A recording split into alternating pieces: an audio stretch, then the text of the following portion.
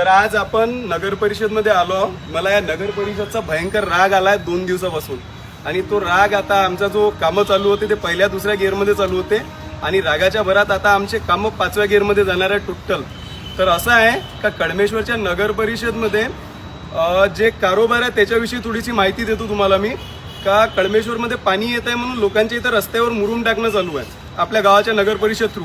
आणि त्या मुरुमाच्या गाड्या किती झाल्या हे लोकांना माहीतच राहत नाही.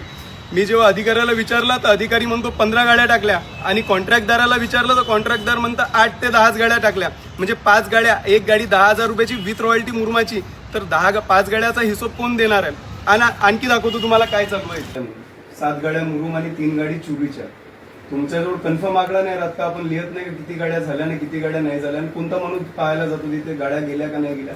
जीपीएस फोटो तर येत असं ना तुमच्याजवळ का कुठे टाकल्या म्हणून? कोणाजवळ?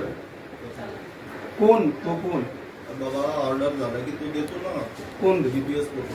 तर तुमच्या ऑफिस मधून कोणी असं जात नाही का पाहायला गाड्या कुठे टाकल्या, काय टाकल्या? त्याला साईट सांगायला जाते. साईट सांगायला जातं तेव्हा तो जीपीएस फोटो नाही घेत का मग आपला अधिकारी? का आपण ठेकेदाराला ठेका दिलाय का तूच गाड्या टाक, तूच सर्व कर आणि तूच थांब? कोण घेतो? मी तेच विचारलो. गाडीचा फोटो कोण घेतो? तो टाकतो ना, तो धान्य गाडीचा रिकाम्या गाडीचा फोटो घेतो. कोण? तोच घेतो का? आणि आपल्याजवळ मस्टरमध्ये काही इथे इंट्रा काहीच नाही होत का? सायंकाळची गाडी टाकतो, सकाळी गाड्या टाकतो. सायंकाळच्या सकाळच्या त्यानं 10च्या जागी 15 टाकल्या, 15च्या जागी 5च टाकल्या. तर याची जिम्मेदारी कोण घेते मग? रजिस्टर मेंटेनन्स असते. कुठं असते? आहे तुमच्याजवळ रजिस्टर मेंटेनन्स? कोणाकडे? गाडीवाल्याजवळच असते ते रजिस्टर मेंटेनन्स. आणि जीपीएस फोटो बी गाडीवालाच पाठवते. तर तुमच्याजवळ एखादा जीपीएस फोटो आहे आम्हाला पाहायला भेटेल का? कोणाजवळ? त्यानं 8 गाड्या टाकल्या यांच्या हिशोबानं आणि 8 गाड्यामधून एकही फोटो यांच्याजवळ पर्यंत अजूनपर्यंत पोहोचला नाही. यांना मागवा लागेल.